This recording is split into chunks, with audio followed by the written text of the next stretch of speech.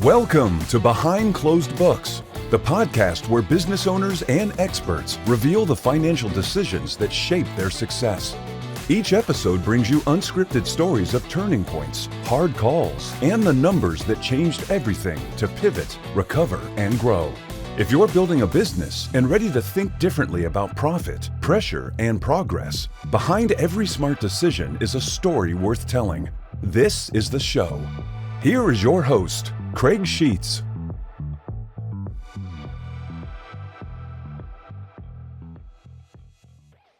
Hello, everybody. Welcome to another episode of Behind Closed Books. My next guest today is an avid outdoorsman. He has competed in and completed 8 full Ironman competitions, believe it or not. And not only that, he's also amazingly entered 2 Ultraman competitions, ran a 100-mile ultramarathon. But beyond that, he oftentimes uses these events to raise money for organizations such as the Rainforest Trust and endangered species. He's also the CEO of a major car care company. With that, everybody meet my next guest, Corey Carruth. Welcome to Behind Closed Books, Corey. Thank you so much, Craig. It's really great to be here. I'm really excited to talk to you today. Your background and what you do is just outside the box of what anybody really does outside of business. I'm really excited to talk about both you personally and your business and kind of have some questions and answers, maybe discuss things like supply chain management. What is that? How is it defined? I imagine during COVID, it was probably very difficult to do that during the COVID time. And now with the constant changing tariffs with the latest administration, I'm sure that's given you headaches and your clients headaches as well. Yes, it's been quite a trip for the last 5 years. Oh, I imagine. And then generally, you as a business owner, what are some obstacles you had to overcome in business and personally to become successful? You're a very successful business owner, but it didn't come overnight, I imagine. So we can talk more about your journey. And then what are the latest trends in automotive care? Really, that's what you do. What damages cars, what doesn't damage car, how your product is better and different than everybody else. Kind of talk about what it is to have a good product and how you designed it and your marketing and even labeling. I think we talked about that recently. That's important too. And you're changing your labeling, the way everything looks on your product. Sure, absolutely. Well, I'm really looking forward to going over all those things. A lot of those things are really something that are passions for me. So, I love talking about these things and really appreciate you having me on. I'm excited. So do you want to start with maybe either the supply chain management? What is it? And maybe kind of go from there. Tell us, what is supply chain management? Well, supply chain management, that's definitely one of the things that's most crucial to our business. And that's basically the coordination, the management of supply, products, materials, tools, whatever it may be, or all the above, from the origin, from where it's created, fabricated, manufactured, whatever it is, and then getting that, the logistics, the transport, getting that to the end user and all the way through that process. So from the manufacturer, from raw materials to manufacturer to distributors, to retailers, and then all the way, it can even involve the return process if you have customers that are going to return things.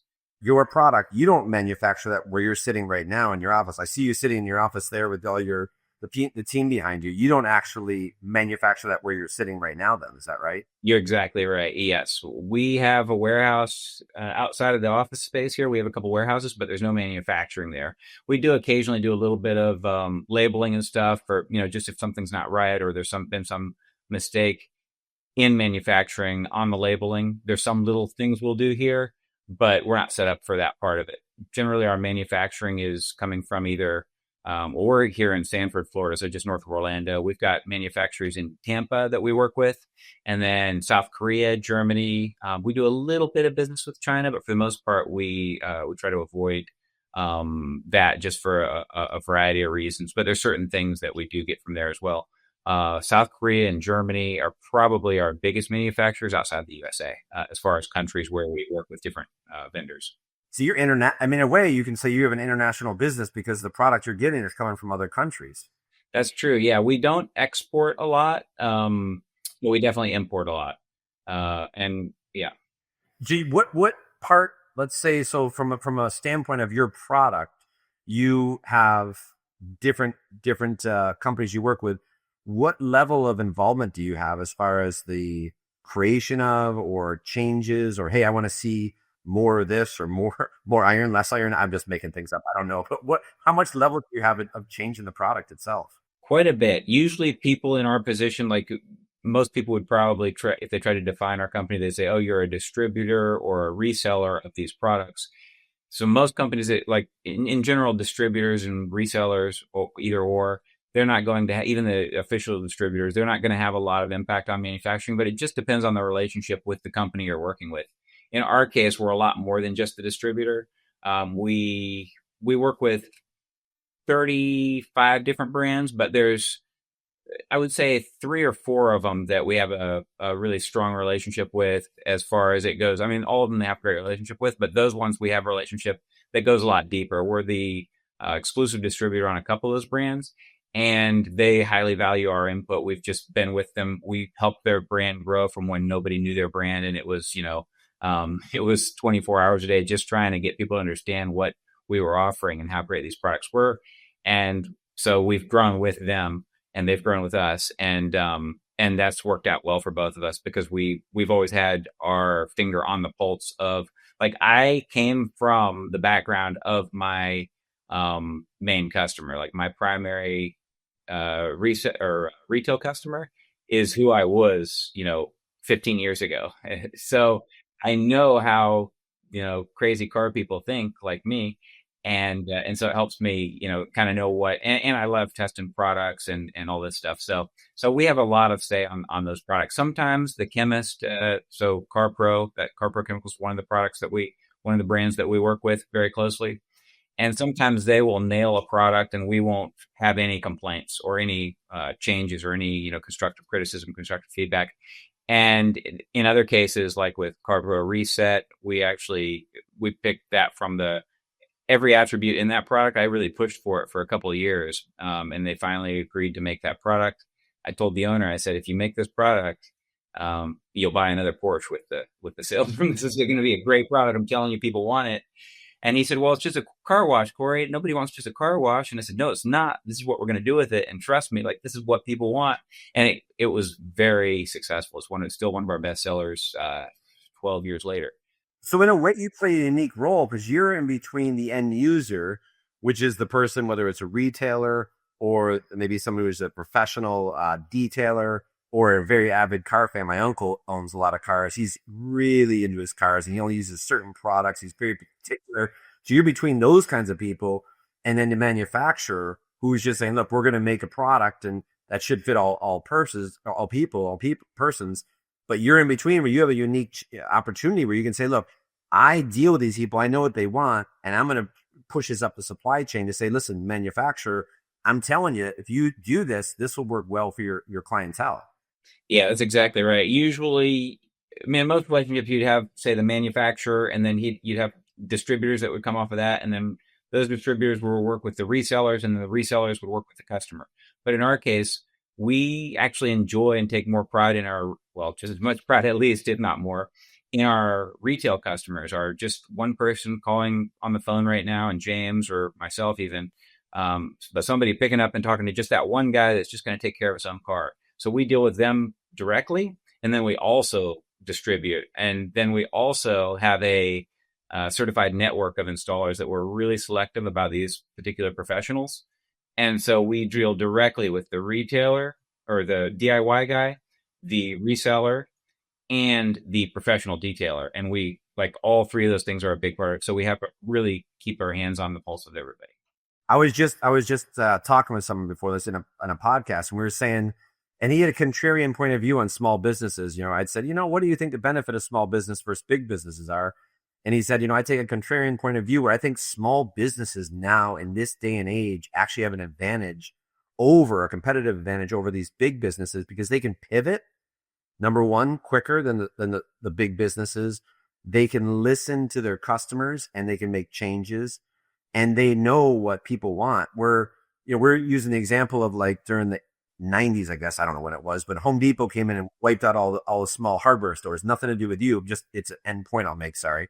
I'm going off topic, but all the small hardware stores, I guess you call them, the mom and pop ones, were gone because the Lowe's and Home Depots came in. But now people are coming back saying, you know what, I want to be able to deal with a small business. I want to be able to call somebody and they listen to me. I'd rather pay more money knowing that I can work with someone direct and I actually have a voice. My voice can be heard. And it sounds like that's what you're doing. You're able to provide that kind of level of service. Yes, yeah, we try to hit all of that, but you're right. For us, it's the only way to go, just based on how we've built the business and kind of things that we care most about. There's a lot of people out there that are going to say, in our industry anyway, that are always going to have 20% off coupons and all kinds of stuff, and they're just trying to get you to buy it for, like, they don't even know about the product. They just want to sell you the product. And for us, from the ground up, from the beginning, it was like we really cared about how to use these products and what's actually the best and what's the best for the customer. So from sales, from commit, like, we don't do any commission for any sale. Like, all of the team members here get paid well, they get good bonuses, but it's not based on what you can sell to the customer. It's based on, how you take care of the customer. So we talk people out of buying stuff all the time. They'll say, oh, I've got water spots. Should I buy that spotless water spot remover? And sometimes we'll tell them, no, just go use the white distilled vinegar in your kitchen. Don't waste your money. You don't need this for that. You can use white distilled vinegar. So we'll be very honest with them, and hopefully it's worked out for the most part. Hopefully they appreciate that, and when they actually need something, they'll buy it from us because we told them the truth. You build trust in them. Like, for example, we have a 2006 Lincoln Navigator, and it has these black streaks on the side of the car. And I'm thinking, boy, those will never come out, not in a million years. And what I end up doing is I call my detailer and I let him know, and then he comes out and he gets it fixed. But this car is going to be what is it? Classic is 20 years and antique is 25. Is that how it is? Yep. It's going to be a classic next year because it's a 2006. And I'm thinking believe it or not, it only has 124,000 miles in that car. It sounds like a lot, but for 2006, that's not a lot of miles. Got the suspension done on it. Everything's all updated, brakes, the whole bit. So I'm like, I want to keep this car because it's a Lincoln. It's a nice car. It's reliable. We got air suspension on it. It rides great. But then I see these black streaks. I'm like, oh my God, I might as well just paint the whole thing over. He's like, no, don't panic. Don't panic. You can fix things.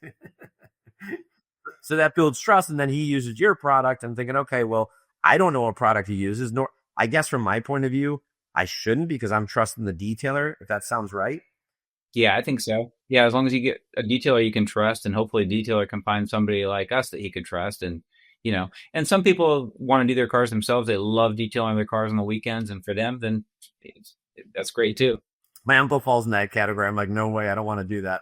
And he's buffing his car. He like shines it. It sits in his garage. As a matter of fact, I think the car he bought was I'm going to say Corvette. It would probably kill me if I don't remember, but it was him and Bo Jackson. If you remember him from the 1980s, him and Bo Jackson were bidding on this car and he won it. And he's with, he's a mechanic, and there's a catalog that comes out, or no, a calendar that comes out every year with 12 different cars in it through, I want to say Arco, but I don't know what the name. Anyways, it's a parts company, whatever. And they feature the mechanics with the best cars. And he was like in September of 2012, whatever, he was there. I'm like, oh my God, man, listen, he loves his car, but boy, does he loves to detail his own car, let me tell you. And with companies like you, they can work with and trust their supply chain manager, because you're taking time to know the product, you're changing the formula, you're making sure it's done right. And that's great. And that's where small businesses like you come in, I think, is a huge opportunity and victory to be able to pivot and do its best for the end user.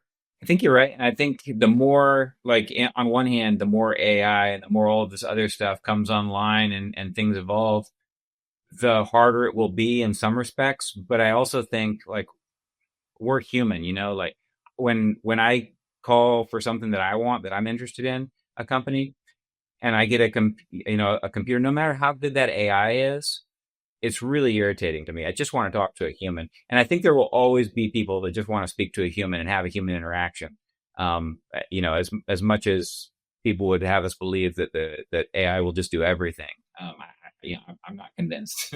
I agree. The first thing you start doing is you start hammering that zero button. Like, oh my God, please let zero be the operator. Please let We're sorry we get to disconnect you. Like, oh, I got to listen to all the phone tree options again. I can't do it. I want to just talk to a person. And I imagine this was hard during COVID, not to go back. And I know we'll talk about forward in a minute, but to go backwards, I bet during COVID, was it lucrative then? Were people buying a lot of your product? Was it difficult for the supply chain management part of the business? How did that work out for you? Man, I'll tell you the stories with COVID. It is really crazy. If you think back when nobody really knew what was happening, like for us, we'd heard a few things, like I had friends, we were actually just getting ready to do our annual convention for our certified installers I was telling you about. And I have one guy, he's actually from China originally, and he called me and was like, Corey, I don't know, it was a week out from our convention. We got 100 of the best guys in the country of these paint protection film installers and everything meeting up. And he said, I don't know, Corey, I don't think it's safe for you to have all the guys meet. There's this thing happening, blah, blah, blah, blah. And I'd heard it all already in the news. But over the years, you always hear these things, bird flu and this and this. And I always said, oh, it's just the media, they just want to scare us. Like, don't worry about it. And he's like, no, I think this one's a serious thing. And I said, it'll be fine. And we had our convention. Nobody got sick, thank God. But literally within 3 days of everybody flying back, that's when they shut the flights down. And so if you remember back to then, it was just shocking. Like we didn't know what this was. Everybody, there was conflicting information. Nobody really knew what it was, or at least they weren't agreeing. And so, we were washing our vegetables. And so I remember we have some shipments that come in by DHL, which get here fast within, 2-3 days. Then we have air shipments, which can take a week or so. And then we have ocean shipments, which can take 2 months. And obviously, the faster, the more expensive. You want as much stuff as you can on the ocean, but always we have to subsidize some things by air or bring, add to our inventory by air. And what we did at the time, we had DHL shipment coming in. And so I told the guys, I was like, all right, I sat everybody down and I said, all right, this is going to get crazy. People are being told they're not going to go to work. Like our economy is going to be like, things are going to get rough. I said, but don't worry. We've planned for whatever might happen. You guys are going to have a job here. Like no matter what, you'll still get paid. You don't have anything to worry about. We are going to start spraying down our DHL pallet with, we'll let it sit for 24 hours instead of instantly unpacking it. And so we had all these things that we were like, oh, we'll do this and we'll do this. And it's going to be hard and customers won't order. And within a week or two, I can't remember the exact time frame, but people were, not being allowed to go to work. And I thought that meant nobody would buy anything because what we sell is basically a luxury. You don't have to ever wash your car even once if you don't want to, we all do for good reasons, but you don't have to. And it went exactly the other way. So orders went way up. People were ordering like crazy, which is great. But we had huge challenges because when all those flights, you just imagine that FedEx, UPS, large freight people, that they have special airplanes where everything comes to the US on, but they actually put a lot of this stuff on the planes that passengers are on too. So when they shut down all the passenger flights, that put an increased work load on the freight planes too, and then they ended up shutting down those basically too. There's only a few of them, and the price skyrocketed so much. So we'll say for a few pallets it was $6,000 by air in shipping costs. That was now $30,000 within a few weeks. Yeah, it went up. Yeah, an astronomical amount. And so as soon as that happened, of course, some stuff you just had to take a loss on because you can't rent a product. Yeah, you can't sell a product $500 or whatever. I'm just no, yeah. So, but you start racking up. Yeah, you start racking up your ocean. You start thinking, man, I really got to think further out. I got to make sure I don't run out of product. So now you start pushing everything onto the ocean. But everybody in the whole world has done the same thing because they can't afford it. So everything moved to ocean. So we started to adapt. And then 2-3 months out, now ocean became so overcrowded and so expensive. So that pushed the ocean prices up. Say it was $4,000 for an ocean shipment for a container. Now it was $25,000 for the ocean shipment. So that went way up. Then, and this is, 3, 4, 5, 6 months down the line, we're just dealing with it. So we have orders that have gone up. We have way more orders, but we're not making money on the orders. Yeah. So then we had to raise prices a little bit. And so there was a lot of challenges. And ultimately, it got so crazy. The shipping companies, that all these containers that, they come over, got the big boat, and there's a bunch of containers stacked on top of each other. Well, some people couldn't pay their bills in certain places, and so there ended up being not enough containers because so many people were trying to fill them up that they couldn't. It got so crazy that some of the container companies wouldn't accept the empty container back. They said, okay, the only way we'll deliver your container to you. Normally what happens is a container shows up, you unload it, you have 2 hours to unload the container, and they drive back away with the container and take it back to the port.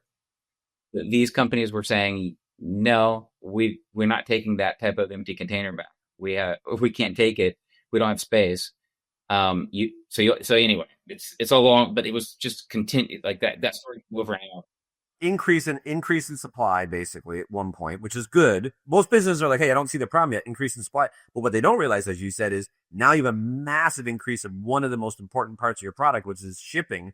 Now that's gone to a point above where you could even support the cost of that or the price of that to the customer. So you had to take a little bit of a loss, but at the same time, you being a good employer, you're also paying your people. So you had almost a container situation where things were getting stacked up in your business, where you had the supply up, but you couldn't really get any money out of it because you couldn't charge the $500 or whatever it was you needed to charge to make money off of that product. So you were operating at a net close to break even point or loss maybe even for a while. Yeah, for a little bit, yeah, we were probably breaking even. But yeah, there was a time when we were probably losing a little bit and then breaking even. But yeah, there was a lot to adapt to, and we even here, when they were threatening in Florida, we were luckily one of the better states. It wasn't as California where they wouldn't let anybody go to work for years, but here there was a short period of time where they said, from what we understood is we could be arrested if we don't have a place to go. Like that's what we were told for a couple of weeks. Like you can't go to work. Oh, was it only essential personnel? Was that the word they were using? Exactly, essential personnel. So we happen to sell nitrile gloves, and we sell a product that you use to wipe off polishing oils from a car, which contains alcohol. And so I decided that makes us an essential personnel. People need these gloves. They're having a hard time with them. We can get these gloves, and it's true. The glove sales went crazy because they were running out all over the country. So people that weren't even caring about detailing were buying gloves from us. So we were essential. But what we did do was we just had one person here at a time. So everybody got paid 40 hours a week. But for that short amount of time when we weren't supposed to have two people in the room at the same time, we would just have one person here for like 6 hours. And then another person would work 6 hours or 4 hours, 4 hours. I don't know how we did it. So you'd have Mike and then Michelle and Tracy and then Bob, and then you never have. Exactly. Yeah. So lots of crazy stuff, right? But anyway, yeah, that was luckily we're past that. But It's weird because another company that wasn't you may have said, listen, I'm not operating at a break even or a loss. I'm not going to pay my people. I'm just going to put my foot down. And then that kind of business, and this is a really good testament to you as a business owner, you see in the future, that kind of business would have been shut down by now. But look at you weathered the storm. Yeah, maybe it was a little bit of a loss for a while, but now you skyrocketed back up because you built trust with your employees, probably number one. And number two, you also trust with your consumers. Wow. What a great story as a business owner that you had. Thank you. I would say one thing that I would add is we never knew that something like that would ever happen, but we know things can happen. And so we've never been wasteful. From the beginning, we always, as soon as we could anyway, not from the beginning, but as soon as we could, we started putting away a little bit of that money. So we had a surplus to where if something did happen, we would be prepared and we could weather the storm. So that's just a good tip for business owners that are watching. Really good. Yeah, it's important. You talk about the savings, and it's a basic word, but really more than that. But rainy day fund or savings, it's important because you don't know when the next, I'm going to say COVID, quote unquote, is going to happen. It doesn't mean it's COVID, but maybe supply chain issue, or maybe it's a certain product you can't get, or maybe it's one component of the product you're manufacturing isn't available anymore. And you got to have 6 months of lean time. You've got to have those money in reserves. It's really important for business owners to learn that. And that's a great comment you made. That's true.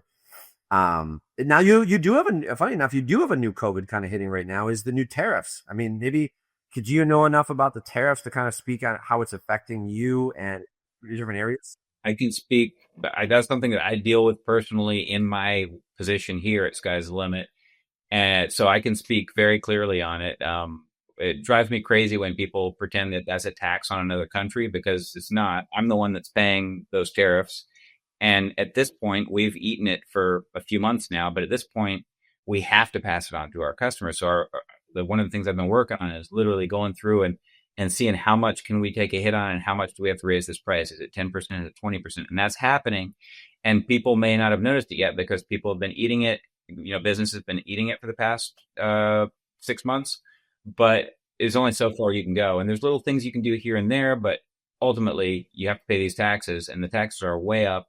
So for instance, Korea, we had a free trade agreement with South Korea, our ally. We have bases there. We're friends. And so it's good that we had this free trade agreement. Same with Germany. And these companies have very high technology, very good labor force. They pay their people well. They have good, safety protocols, and they, very good vacation, good, everything the way you should treat a human, they do it well. So good partners to have in labor. No reason to try to punish them. Now, before it was, say, 6% with the free trade agreement that we had with Korea. And I want to say 10, 11% with Germany. Now that is, for all intents and purposes, on our products, that puts Germany now at 30%, and South Korea, and it's different tariffs that they stack on top, but this and that, but it's 30% for Germany and 25% for Korea. So on the price that I pay for the product, I have to pay 20% more for any of those products from Korea now, and 15 to 20% more for everything from Germany. And these are premium products from high-tech countries that they're not products, especially Germany. Like, that's not, cheap labor there. They're treating their employees well. It's a very, as you mentioned, very high economic area. They're treating their personnel. Yeah, you're not buying the piece for $1. So yeah, it's going to cost a lot to pay the tax on something that's already expensive. So that's definitely going to filter down to everybody. Yeah. So the tariff, basically, what everybody thinks is the tariff is when you import a product from another country, doesn't matter where, it's money you think that you are charging that country as a whole for that product. But what happens is it ends up coming through you as the... Yes, we pay the tax. The small business that imports it, or the large business, whoever the business is in the United States that imports a product from outside the United States, pays the tax on that product. And they vary in all different ways. It's not really hurting that country at all. It's hurting the small business. Exactly. It's only hurting the country because over time, by forcing the prices up so much, that people find a way, hopefully, to manufacture in the United States. But that takes 5-10 years to do that. And you also need a workforce. And so you can't get rid of the workforce that you need to do that with and do that at the same time. And you may not even succeed in that if you do that to all countries. Basically, if you're jumping back and forth on tariffs and changing tariffs and doing things like that, then you can actually push those countries to say, well, we don't know what this country's going to do with us, or we've got to work with somebody we can trust. And so they're just going to start working with everybody else, and you just get left behind. That's what I believe. Obviously we get into politics, and it's the last thing in the world I want to do, but that's what I see from here firsthand. So I think you need to be really smart about what countries that you place high tariffs on, because there are reasons to do that, but you can't just do it to all your allies. That's crazy. Well, usually countries aren't treating their staff well. If somebody's, or their personnel, if you're paying somebody $1 an hour or $10 a day, I mean, that's not good. Yeah, that's not fair. And then they should be tariffed to punish them and say, listen, put your standards up to the rest of the world. But if you're dealing with countries that are already at the standard of the rest of the world, as you mentioned, the two countries there, there's no incentivization to do that tariff. And like you said, there's a 4 to 5 year lead time. Even if someone in America knew exactly how to manufacture the product, that's still finding the real estate, building the manufacturing plant, getting the equipment in, and then getting the production staff, and then the actual workflow production of that product in place.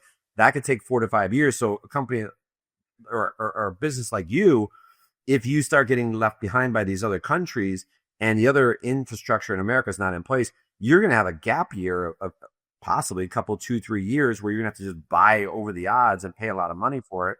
Yeah, and that's assuming you have the technology in the U.S. to do it. Unfortunately, we have some incredible technology in a lot of fields, but when it comes to nanotech, to paint protection film, a lot of the ceramic coatings, a lot of that stuff, South Korea and Japan are just, and Germany's getting there, but South Korea and Japan are just, way ahead of everybody else. They were doing what we're doing here in the 90s. Like they're 30 years ahead. I mean, now we're catching up because we're taking some of that stuff over here, but we're way behind in that. What was the big company that used to paint? Or is it PPG, Pittsburgh Paint and Glass? Was that a big company for a while that did technology with paints and things? But they do paint on cars, but they don't do cleaning and things. They're more on the front end, I think. Exactly. Yeah. And the manufacturing the paint. Yeah. That used to be one of the big companies. I don't know anymore, but PPG, I just remember that was a company that always stuck in my head. We learned about them in school, so I threw it out there. But yeah, that's unfortunate. So your new COVID now is tariffs. Yeah, that's our new challenge. Absolutely. And you got a rainy day fund, but again, is that going to last you 4 years? Is it a 3-year rainy day fund? Yeah, exactly. No, we gotta raise our prices at this point. Like, yeah. And if everybody's going to raise their price, that's one thing. But if you can find, if maybe there's a manufacturer around there that's a competitor of yours that knows somewhere a way to kind of work with another country, it's been working with a country that has a lower tariff, just by default, you're thinking, well, that's just a competitive disadvantage to you because they were working with, I don't know, let's say Mexico, and they're 15%. I don't know that. I'm just saying maybe they happen to be working with a country that has a lower tariff percentage there, so they can get the product cheaper. And you're thinking, wow, that's just a happenstantial competitive advantage. Doesn't mean they're better.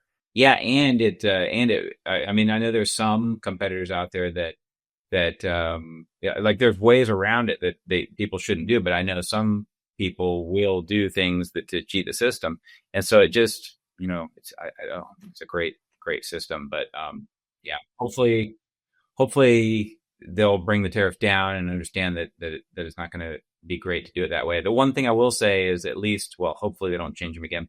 We didn't know what they would be for forever. That was the worst part.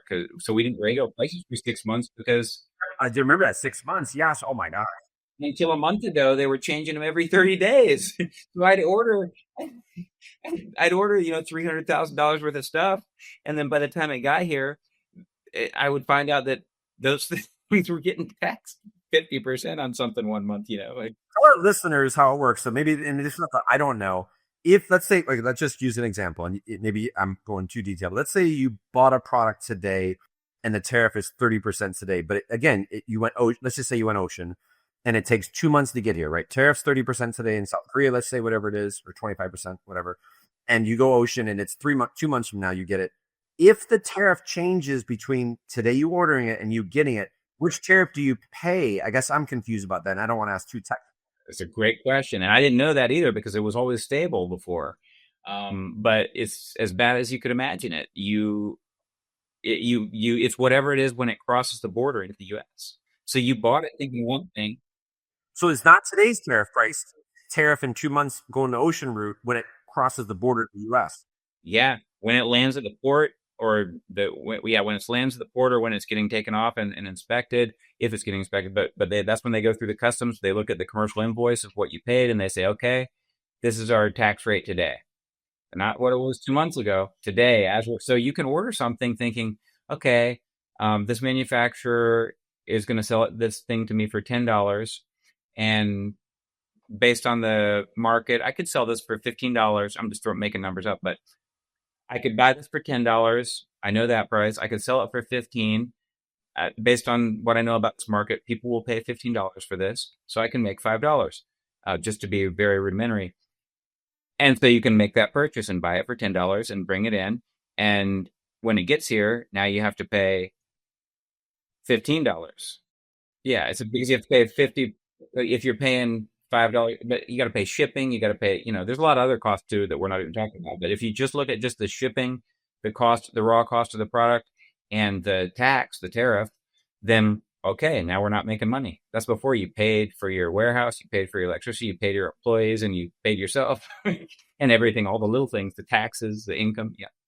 It from an accounting perspective, of course, which is where I come from, when you have a business like yours, you're not manufacturing the business, but you still have what we refer to as COGS, which is cost of goods sold. and inventory because you store inventory. There used to be, what was the big term? JIT, just in time shipping. That was like where they said, okay, I want to sell 50 widgets and I'm going to order 50 widgets to come the day I want them, sold to my customer. But those days are kind of gone. I don't think JIT is really as easy, especially with what you do. You got to have a little bit of a backlog of a product to keep inventory so that you can fulfill orders quicker. And with that, cost of goods sold is interesting because you have your beginning inventory, you have all your purchases, you have your shipping, you have your tariffs, you have your wages that are assigned, within the cost of goods sold segment. Maybe there's certain things you have to depreciate. So there's 263A depreciation, getting too technical now, but there's certain things that are assigned to cost of goods sold, let's just say. And then with that, now you're thinking, okay, well, my gross margin percentage used to be X, and I can rely on that for the past 6 years. But now with these tariffs, all of a sudden, if it was 15%, gross margin percentage, now it could be 30% or 40%. And you're just like, oh my God, that's hammering my bottom line profits to the point of almost break even, or maybe just barely above break even. It's going to hurt the business. So you got to do some planning. And I really hope that things change the tariffs because, while there were some things, I think you heard stories back in the 80s. I think it was like Japan used to import apples, some weird story from like Washington State. But what they used to do is they would check the product, whatever you want to call that process is called, but they let it sit in the warehouse for 3 months. And then the apples are, oh, we can't accept these apples. They're all rotten. It's like, because they want to sell their own apples in Japan. You're like, well, yeah, you let them sit in the warehouse for 3 months. So there was unfair practices, but I think nowadays those things aren't really happening anymore. And the idea of tariffs is kind of like a 60s, 70s, 80s kind of concept where you're trying to make free trade equal. We're past all that now. I think the idea of tariffs is kind of come and gone. So this whole... Yeah, because it's a global economy. That's actually, it's a great point what you said, because that's the argument I hear, a lot of times from a lot of people is they say, well, we can just do all this here. But the thing is, I'll tell you a story about our paint protection film, the PPF, like the clear bra type stuff. Some people know it as clear bra, but basically the one that we have, that's manufactured overseas, but the adhesive is manufactured in the United States. But one of the raw ingredients for that adhesive is manufactured in Japan. So that is coming from Japan, going to the United States. It's getting tariffed. It's going from the U.S. back over to South Korea. It's getting tariffed. It's getting put on there again. It's getting tariffed 3 times. And this is true of so many things. Like there's very few things that are not moving around the world before it becomes a final product. Yeah, I don't know many things manufacturing wise that's not been touched somewhere around the world. I think BMW has like a car plant here in America, whatever it is. But generically speaking, overall, from the manufacturing point of view, I feel like every product's a little bit of something from every country. So it's a global economy. Back in the 60s, 70s, and 80s, when they were talking about tariffs, different thing. It was unfair practices back then. Countries were kind of doing things to lower the quality of America stuff so that people wouldn't buy it. Now it's a global economy. You need to have pieces from every place in the world, and it just doesn't work anymore. So, yeah, I would have been a big fan of it if it was really targeted towards certain countries where that was really important in order for us to continue to lead. But if you do it to everybody, then all you do is force the whole world into that country's hands, and then you're the one that's by yourself. So. Right, and then you're some country is paying slave labor $1 a day for somebody. You know what? Tariff them to try and teach that country a lesson. To say, naughty, scolding you to try get your standards up. That's the kind of a punitive tariff, but not this kind of everybody's going to get it thing. It doesn't work. I was going to take some time here to talk about obstacles you had to overcome in your business, but I don't think we need to do that because I think we talk about it pretty much every obstacle you get. You come, but what about overcome? I should say, but. Personally, can you think of any successes? And it sounds like you've done it because you talked about storing money, having money on the side for a rainy day fund. But any kind of success ideas you can think of that kind of like, oh yeah, I remember this one event, or maybe if not, you've done a lot to overcome a lot of obstacles. But can you think of something successful, maybe a breaking point or a turning point in the business that really kind of turned things around? It's probably not really what you were looking for. But like nothing comes to my mind. I'm sure there's things and I'm just, blanking. But I will tell you just a short little story that maybe doesn't mean anything to anybody, but it was a big thing for me. When I first started the company, I used to work in the architectural engineering field. And that was my original career. Well, other than waiting tables and doing all the things you do before you get to there. But I was in that field, and I started when I started Sky's the Limit in 2012. I worked both for about 3 year period, and I remember, I mean, it's rough when you're doing both the same time kind of work, and you're sleeping 2 or 3 hours a night. But I remember sometime into that, it was probably a year into it, where I didn't know if it was going to work. I was just really just killing myself for nothing. It seemed like I was, I'd invested all the money I had saved, which wasn't much, but it was enough to get me some product to get started. And I wasn't seeing any profit yet. And I remember the first, that first kind of hurdle that I got, where I was looking through the numbers. And this is before I was lucky enough to be working with you, but I was just doing everything myself because that's what I could afford. And I was looking at the numbers and I was like, I think I've actually made $1. To me, it was that first time that I was actually out of the red, where I was like, yeah, I was just too stubborn to quit. I should have quit way before I did, but luckily it worked out. Once I got to that point, I was like, all right, I'm just going to keep going and we're going to get there. You take that dollar and staple it to your side, to the wall. But this is my first dollar, man. If it was a physical dollar, I would have. Yeah, 2012 or 20, whatever. Just say whatever year it was, just staple it to the wall. That this is my first dollar. Yeah, no, my dad started a small business and he drove bus for a while. He wasn't ashamed of it. He did it for 4 or 5 years. Funny enough, he owned an RV dealership and a boat dealership, and he'd have the lot men always cleaning the boats and RVs and using special products. But he drove bus, when he first started, when I was younger, as his other job to kind of make ends meet. When I first started, I taught tennis. I did that to help make ends meet. And you do things because you believe in your dream, but you just can't financially achieve it. And I think I use this word, doesn't make sense, but stick-to-itiveness, pays off in the end. Sometimes even stubbornness in a way. But in the end, I've done it, and you feel so proud of what you've done, and you should too. That's an amazing story.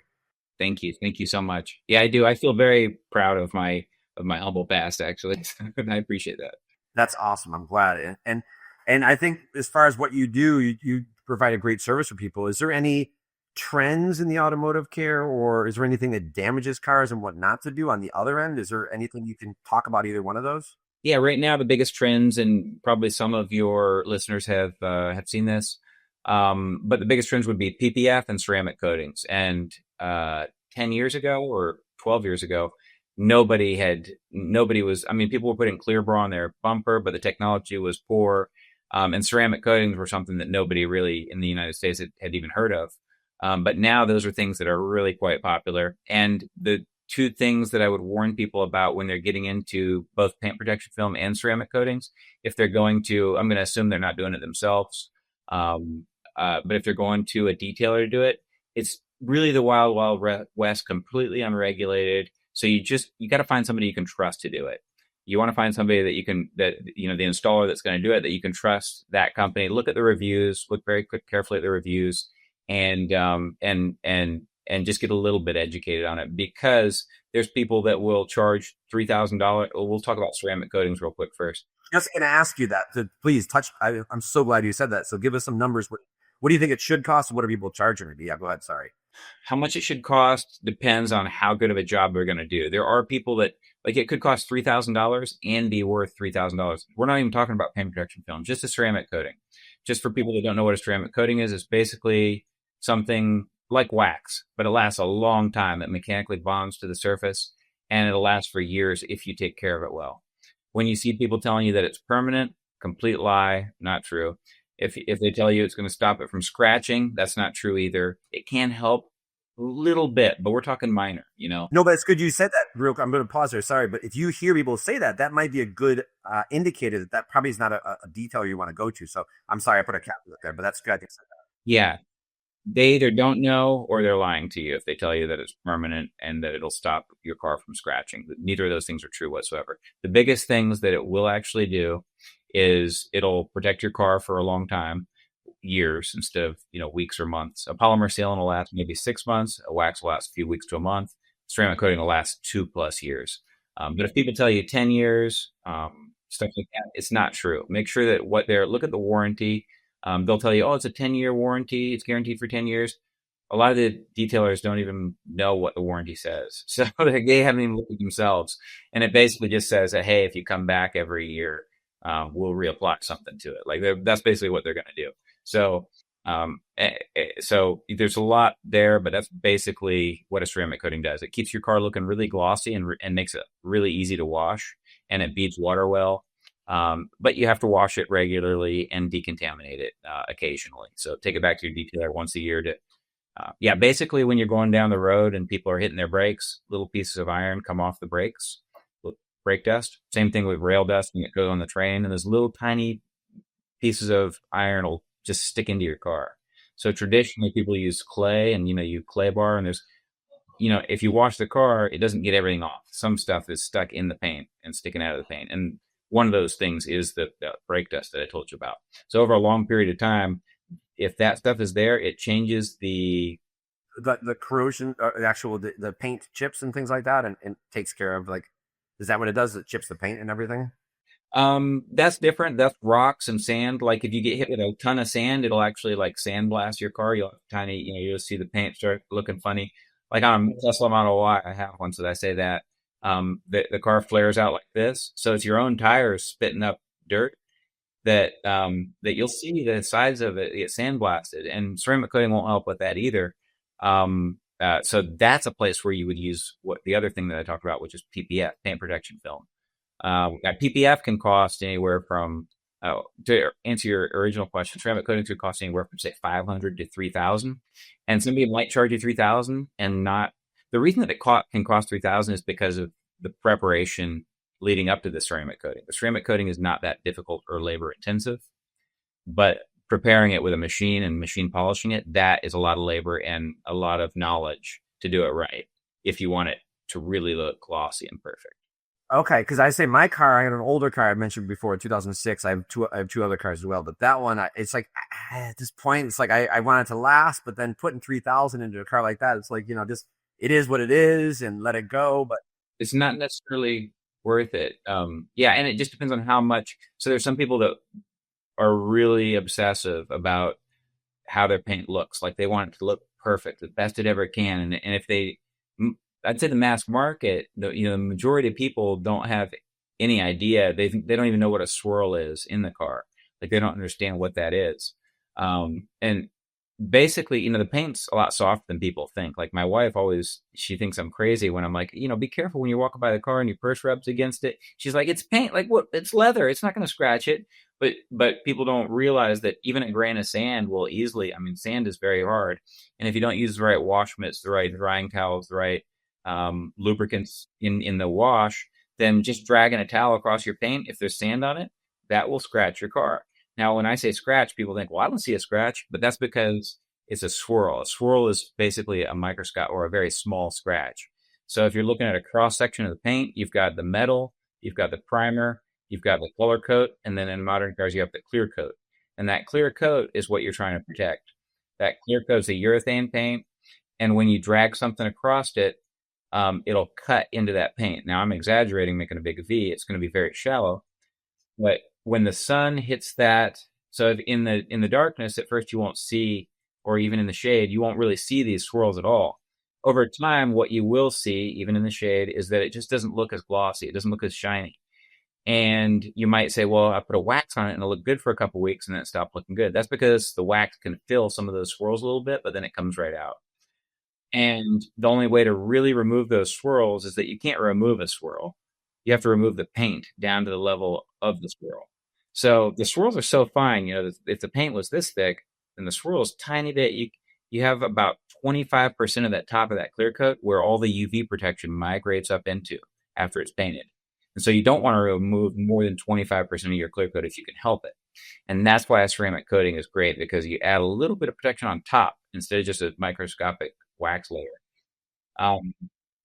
But the swirls, when you look at it in direct light, basically it's how the light is hitting the paint. So if there's no swirls, the light hits the paint and bounces right into your eyes. If there's a cut in there, then that facet right there, instead of that sun hitting the paint and bouncing back, it hits and refracts in different, and so now the light is basically getting refracted from all these little swirls from all the times that it's been scratched with a bad towel or cotton towel, no good, or all these different things. And so there's just millions and millions of these tiny little swirls that over time, now the light's just being refracted everywhere, and now the paint looks dull. That's what makes it look dull on a clear coat. On the old paint on color coat, when there was no clear coat, then it was oxidized. And clear coat can oxidize, but that's not what's causing it these days. It oxidizes so slowly that usually if it's dull, it's because of these little fine swirls.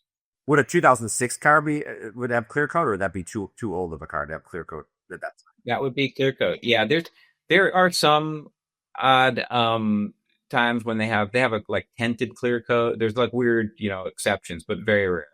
I would say from the mid 90s, but certainly 2000 on is clear coat.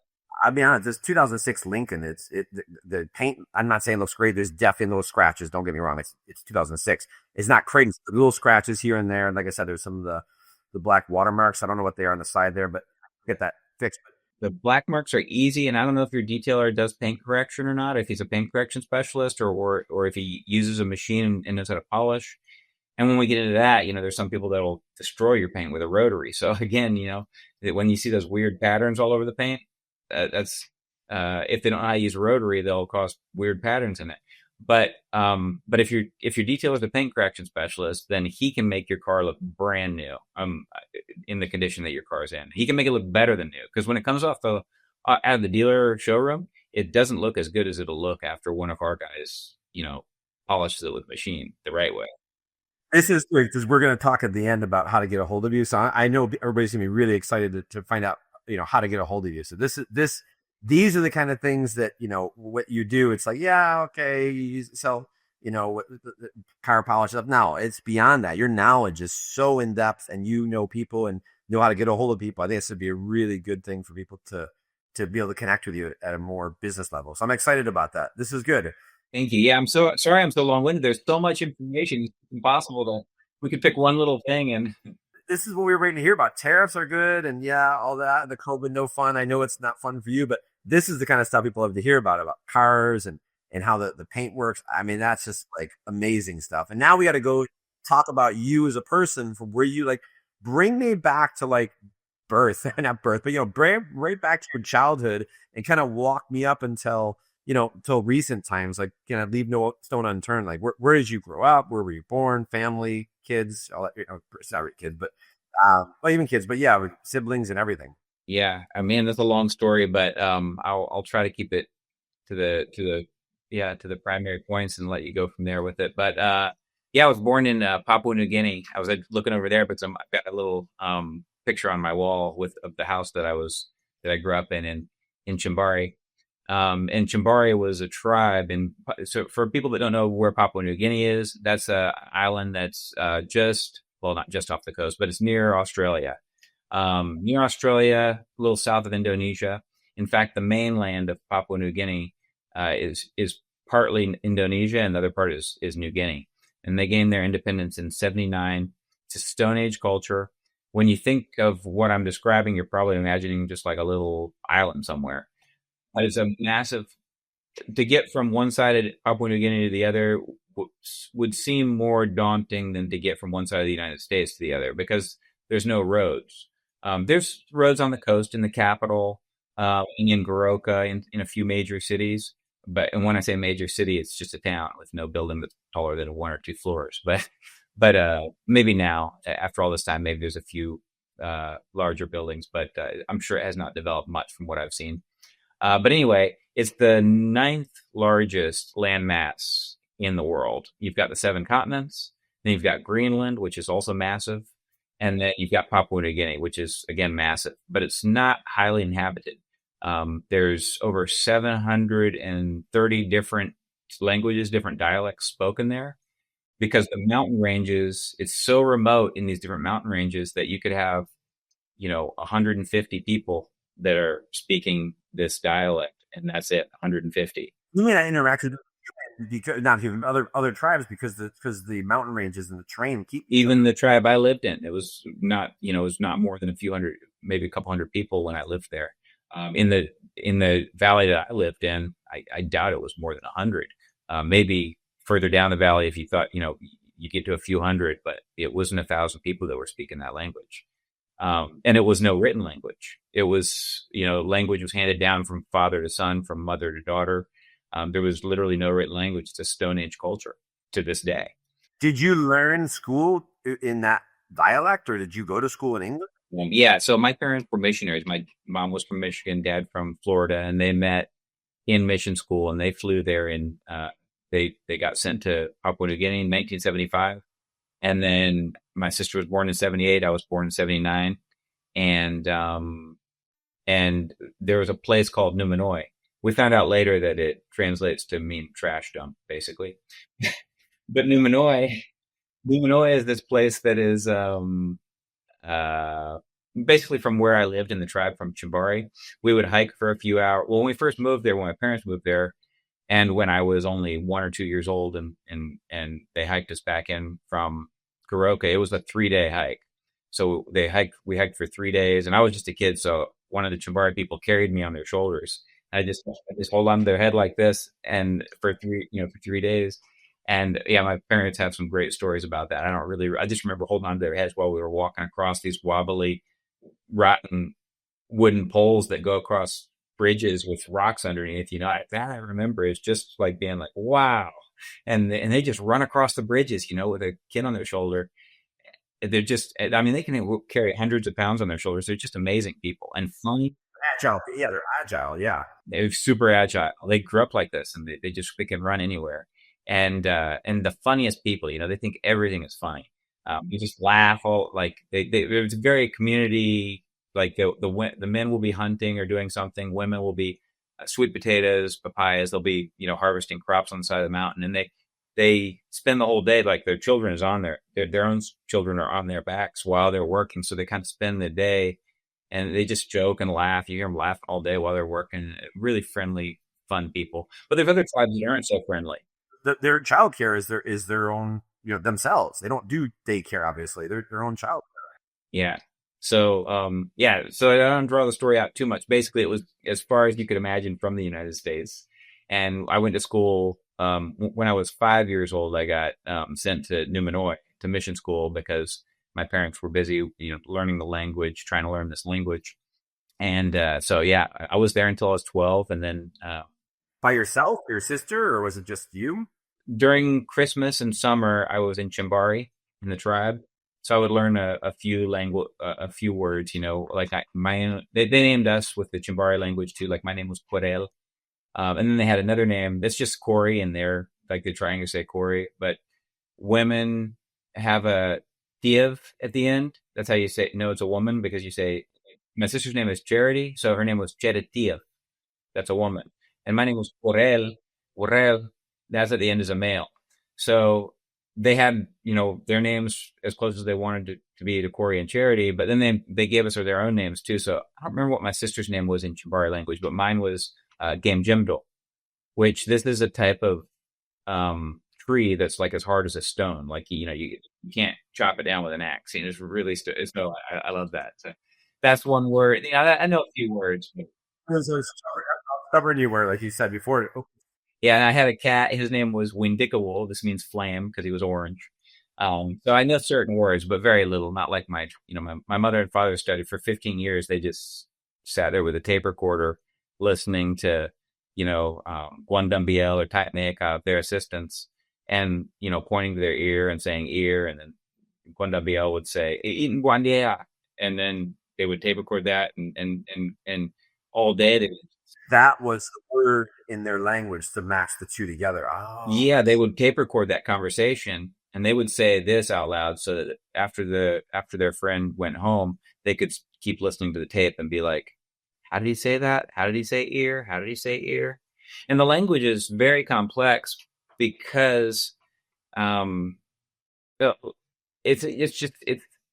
it's like alien to us. It's not the way English works. It's not Latin or any of this kind of thing. It's like if you were to say, if I was to tell somebody, Craig went across the river to visit his sister and get some pineapple yesterday. And then if I was to say, Craig went across the river to get some pineapple from his sister today, instead of sentences with all these different words, that's basically one word. So it's two different words to say that.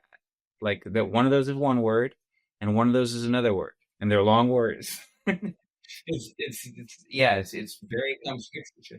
So it's not Latin or where I know the different bases. None of those based languages that we have familiarity with. Exactly. Nothing like any of them. And were your parents missionaries for an organization back in America, or were they on?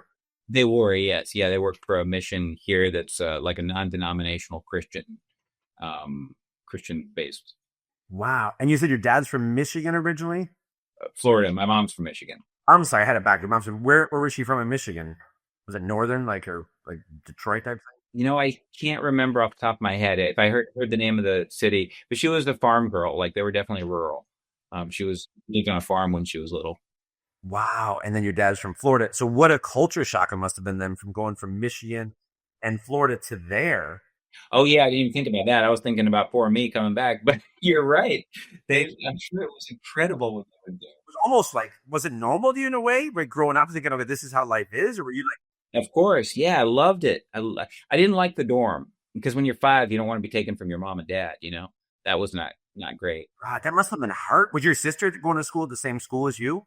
Yeah, she was in the dorm too. That helped. She had to start a year before me, so the first year she had nobody. So that's really, that's a lot to deal with. That's just really hard. The independence it must have taught you, not even knowing it was teaching you independence, I imagine. Yeah, you're absolutely right. Yeah, it definitely probably has impacted me and molded me in ways that I, have never even taken the time to sit and try to digest. Yeah, I mean, think about that. You got your I'm saying stubbornness in a good way. Don't get me wrong. I'm saying it in a nice way, but your stick to itiveness, as I like to say. You got your independence. You got your ability to problem solve and learn new things. I mean, you probably learned so much from that experience. And then, boom, culture shock. You moved to, was it Florida straight away from there, or was it somewhere else? Orlando area. I've been in the Orlando area ever since, from 12. I moved from Rochester, New York, right, to Florida, to Orlando, and that was culture shock for me. I can't even say culture shock anymore because that's not even the word you could use to go from there to there. It must have been a different planet to you. Yeah, I was such a strange kid, like I was like nobody, and kids are awful when you're so different from them. So it was rough. It was really rough. We definitely had a rough, and it probably took me the rest of my job from 12 to 17 was pretty miserable, and then 17 on, I slowly, learned how to, adapt better. That's got to be hard. Socialization skills of way. I don't mean generally. I mean socialization skills of American way of life, different than anywhere else. Exactly. It's just everything was completely upside down. You didn't understand, like, just like even slang words. Like you would say something that seemed normal because I knew English, because obviously, but I went to a school where there was other kids from Ireland and England. Like we had a lot of different people from different parts of the world in the school I was in. We were very educated. But when I came here, the first year in school in Florida, I couldn't believe people that it was 4th or 5th grade. There was some people that didn't even know how to read and write yet. And my mom taught me how to do that when I was 5, so it's shocking to me that people couldn't read and write at the age of 11 or 12, or not very good, You're like years ahead. And then, like you said, the slang words, you probably knew more literal English. You didn't know, like, hey, what's up? So there's certain words that I learned quickly, unfortunately, but there's certain things I would say that I didn't know that meant something different in slang, so it was bad. You're like, I learned now. I can't do that again. I got beat up or I got picked on or whatever. Yet that's gotta be hard. The sitting at lunchroom by yourself mentality. Because I had that when I switched schools a lot, and I always talk about that as my trauma. But sitting alone at lunch, for each year, because I switched, every couple of years. That's nothing. That's totally different trauma. So you understand then, yeah. It was a weird trauma, and my wife doesn't get it. It's like it's nothing, but that is like a fractional thing because at least I knew the cultural part of it, where you had more of an aggregate point of view of things that were different for you. That's got to be really difficult, and it taught you your independence. And I'm sure into adulthood, it was good for you because it taught you some things. But man, your childhood, my goodness. Yeah, I'm super grateful for all of it now. But yeah, I at the time I just wanted to go back to New York. That's it. for a few years at least. You're like, you want to go back where? Like, trust me, it's better than this. At least we can read and write. You guys can't even read and write. Get out of here. Well, I knew, yeah. My gosh, what an amazing childhood you had. I mean, you just that blows me away. I knew that to an extent we had talked about it, but not to that extent. That really brings home a lot more closer to know you better in a different way. So that's thank you for sharing. Yeah, thank you so much for That's great.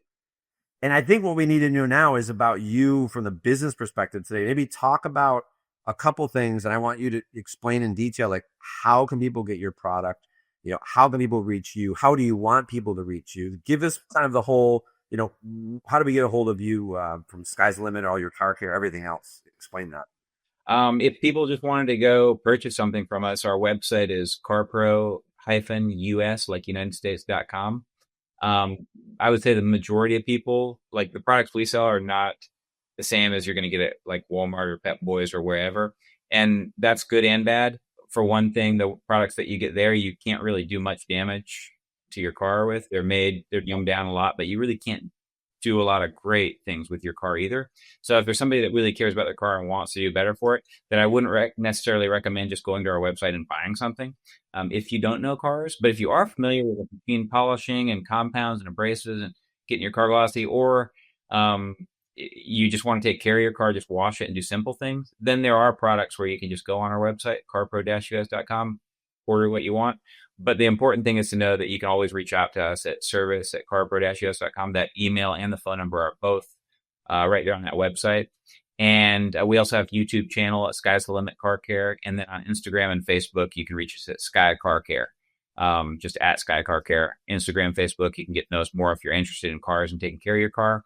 And then the email there, you can reach out to us. You'll always get either myself or Alexandra, James, or Josh or Lewis.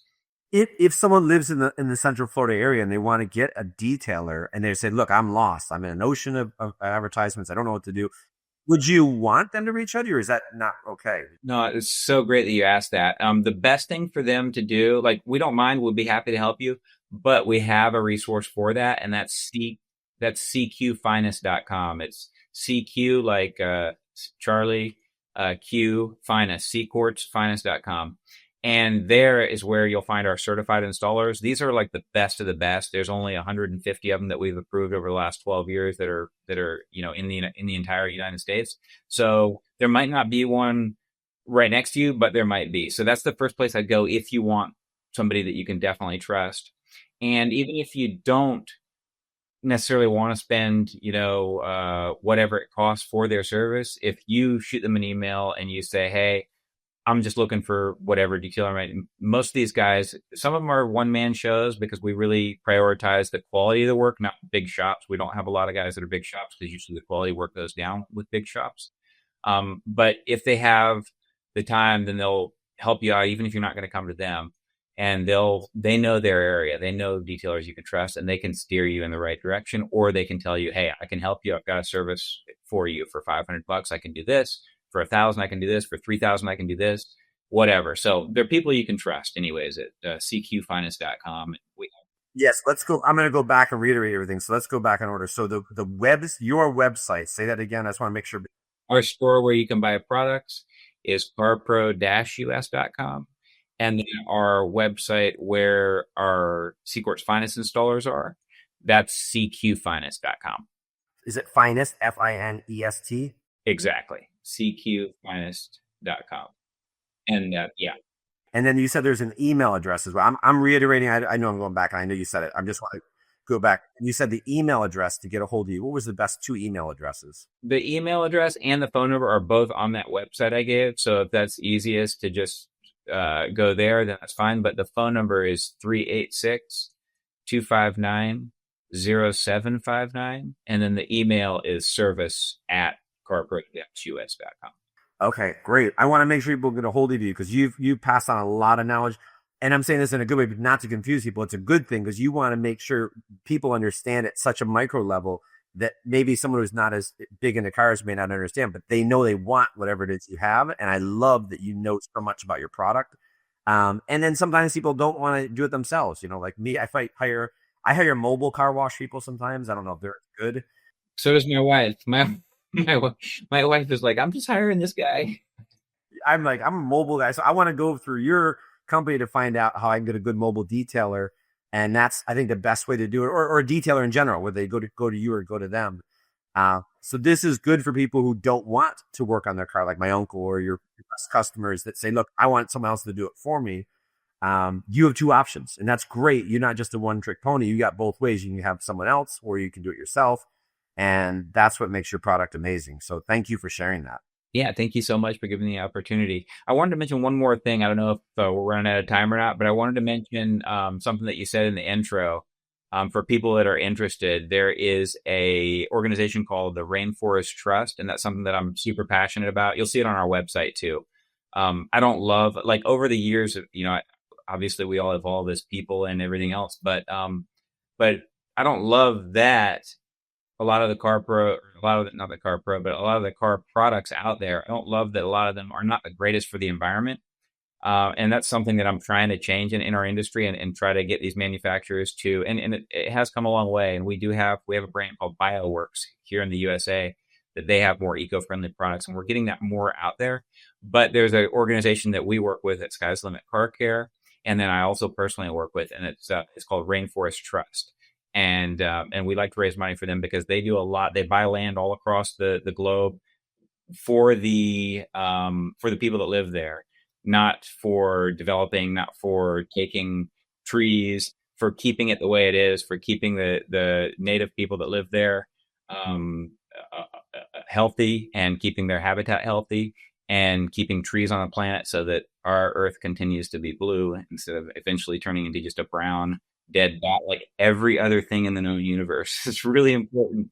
It's a great organization, and they don't, no penny that anybody ever donates to Rainforest Trust goes to paying anybody. That's all been already dealt with. It's a trust, and all that money has already been so any donation that Sky's the Limit gives them, that anybody ever gives them, goes towards actually preserving land and preserving. You can look them up on Charity Star Navigator. They're just a great organization, I found. So I am so I glossed over it so quickly in the beginning. I'm glad you brought up the Rainforest Trust, and that people can go out there either directly. Did you say is there a link on your website as well to that website? I'm sure there is. Yeah, if you go down to the bottom, you'll see that we're partnered with them, and that we donated some money to them every year from Sky's Limit as well, to try to give back for what we're taking. Whenever you can give back to the community, or give back to, in this case, to the earth, literally, it's always such a good thing. And not a lot of people think about that. So I'm glad you brought it up, and what a great organization that you're partnering with. That's great. Yeah, thank you there. I'm so excited about our topic today. I know everyone's going to love it. And thank you so much for being on the show today, Corey. I really appreciate it. Thank you so much, Greg. I had a really great time. I really appreciate your time too. Great. That brings us to the end of our episode. I'll see you on the next episode. Behind Closed Books podcast requires more than a conversation. It takes action, research, and collective wisdom. If today's episode resonated with you, we'd love to hear your insights. Join the conversation and help us shape the future together. We'll be back with more stories, strategies, and real-world solutions that are making a difference for everyone. In the meantime, be sure to subscribe, rate, write a review, and share it with someone you think would benefit from it too. Thanks for listening, and we'll see you on the next episode.